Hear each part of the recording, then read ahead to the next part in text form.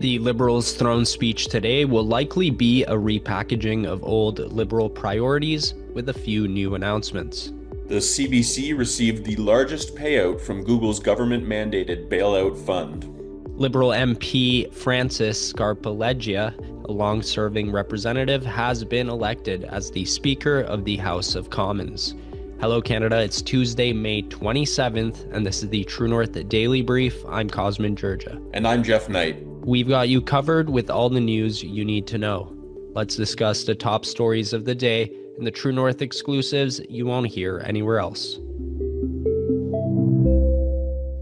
Prime Minister Mark Carney's throne speech today will likely offer Canadians a repackaging of tired Liberal priorities from the Trudeau era, punctuated by a few largely cosmetic new policy announcements. A key headline will be a promised income tax cut for the middle class set to take effect by Canada Day 2025. The move is likely to serve as the cornerstone of the government's attempt to tackle affordability. However, details on how the government intends to pay for this tax relief amid mounting federal debt and new spending commitments remain unclear. The speech will also likely touch on the ongoing trade war with the U.S., particularly measures to deal with the impact on the manufacturing and auto sector, but recent policy decisions paint a more conciliatory picture from Carney towards President Donald Trump.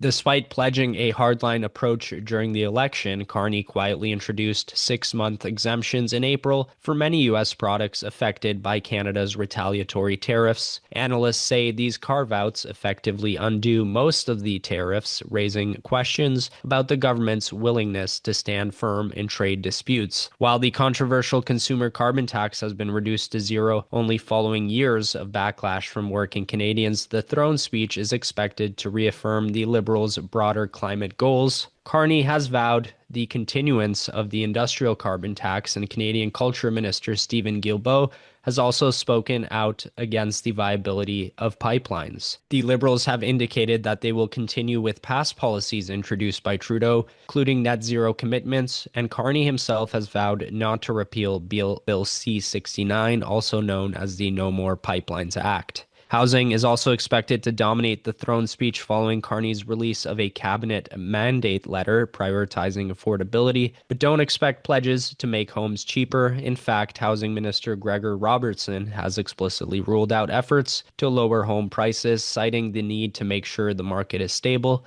and acknowledging the housing market as a huge part of our economy. Instead, the government will likely lean heavily on promises to double residential construction to 500,000 homes annually, particularly by expanding modular and factory-built housing.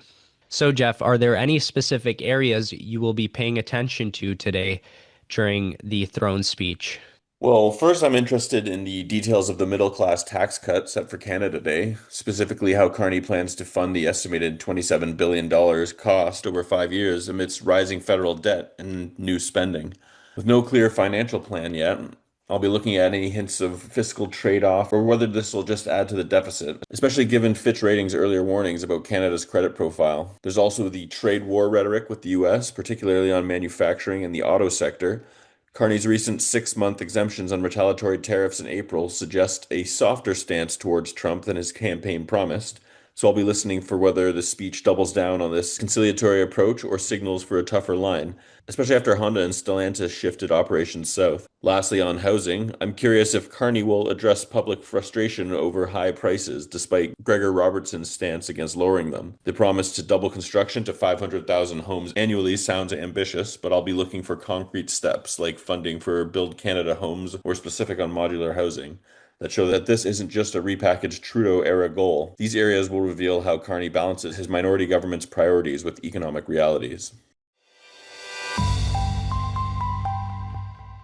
Google's government-mandated media fund distributed its largest payout to the CBC out of all organizations. The Canadian Journalism Collective, responsible for distributing over $100 million of annual funds to eligible media organizations, is in the process of publicly disclosing $15.6 million sent to 22 news organizations. The latest recipient organizations were listed in the collective's second round of disclosures, in addition to the $22.2 million for 108 news organizations already revealed earlier this month. In the latest round of public disclosure, the collective recently paid the CBC over $6.8 million, becoming the biggest beneficiary of Google's media subsidies in the country. Bell Media, encompassing properties like CTV News, BNN Bloomberg, and several radio stations, is the next largest recipient of Google's media subsidies, receiving a $5.2 million payout. The Toronto Star received $1.6 million from the CJC, in addition to the $1.9 million that Metroland Media Group received in the last payment period,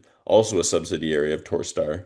Other legacy media organizations that received money during the last disclosure period include the Globe and Mail, which received $2 million, the Canadian Press, which received $1.4 million, and Post Media's $4.3 million payout. The coalition is a nonprofit that was established for the express purpose of divvying up funds for the government-brokered payout scheme, with Google in compliance with the Liberal government's Online News Act. Meta, the owner of Facebook and Instagram, has instead decided to pull all news content from Meta platforms rather than complying with the legislation. Any outlet that meets the government's distinction as a qualified Canadian journalism organization is eligible for the program upon application. The funds an outlet receives are calculated based on the total number of hours paid to employees for tasks dedicated to the production of online news. So, Cosmin, are Canadian media outlets too reliant on government funds to sustain themselves? What other payouts have they recently received from the Liberals?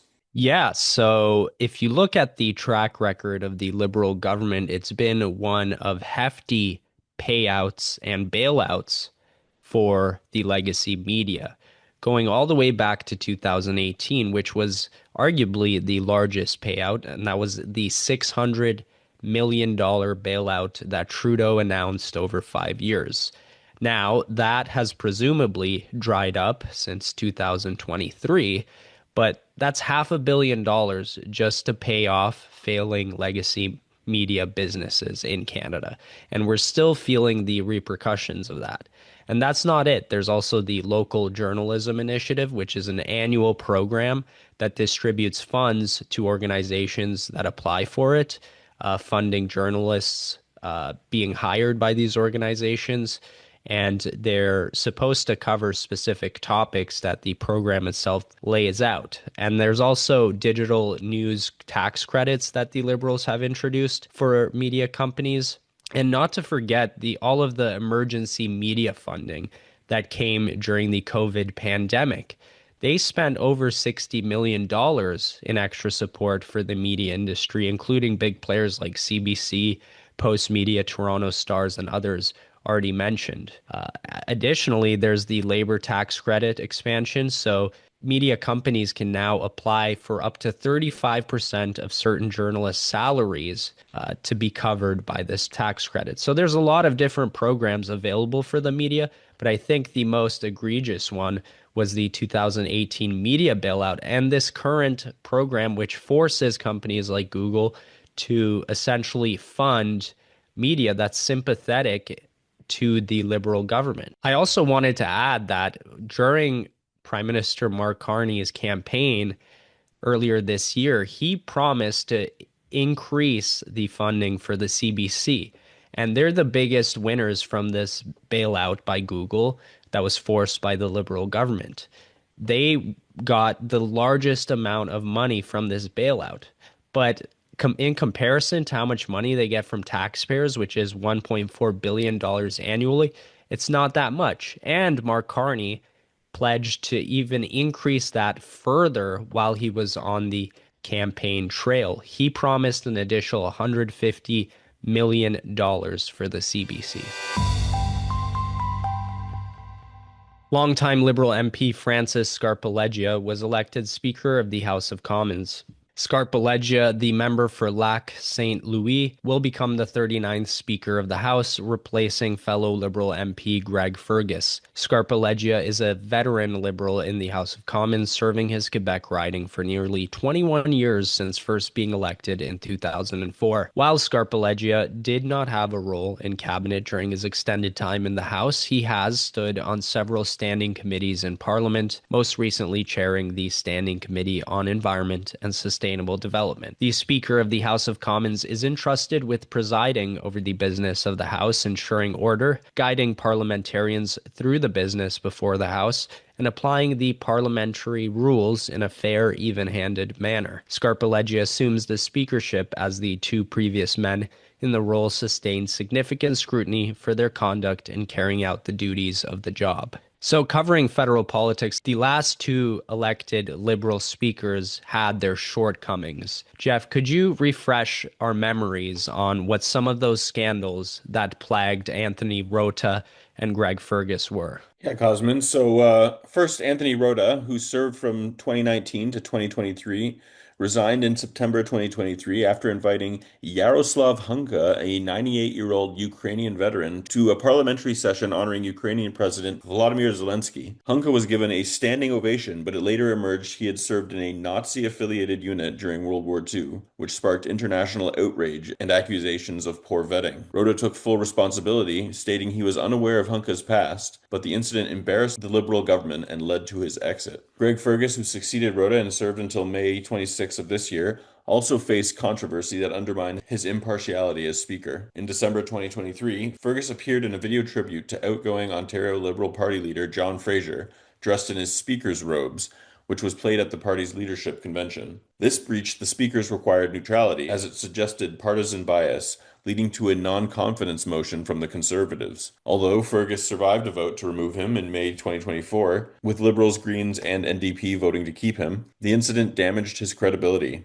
Additionally, in February 2023, Fergus was found to have violated the Conflict of Interest Act by writing a letter supporting a television channel's CRTC application, further fueling perceptions of partisanship. That's it for today, folks. Thanks for tuning in. You can stay on top of new episodes every weekday by subscribing to the Daily Brief on iTunes and Spotify. Also, while you're at it, make sure to hit us with a 5-star rating and please leave a review.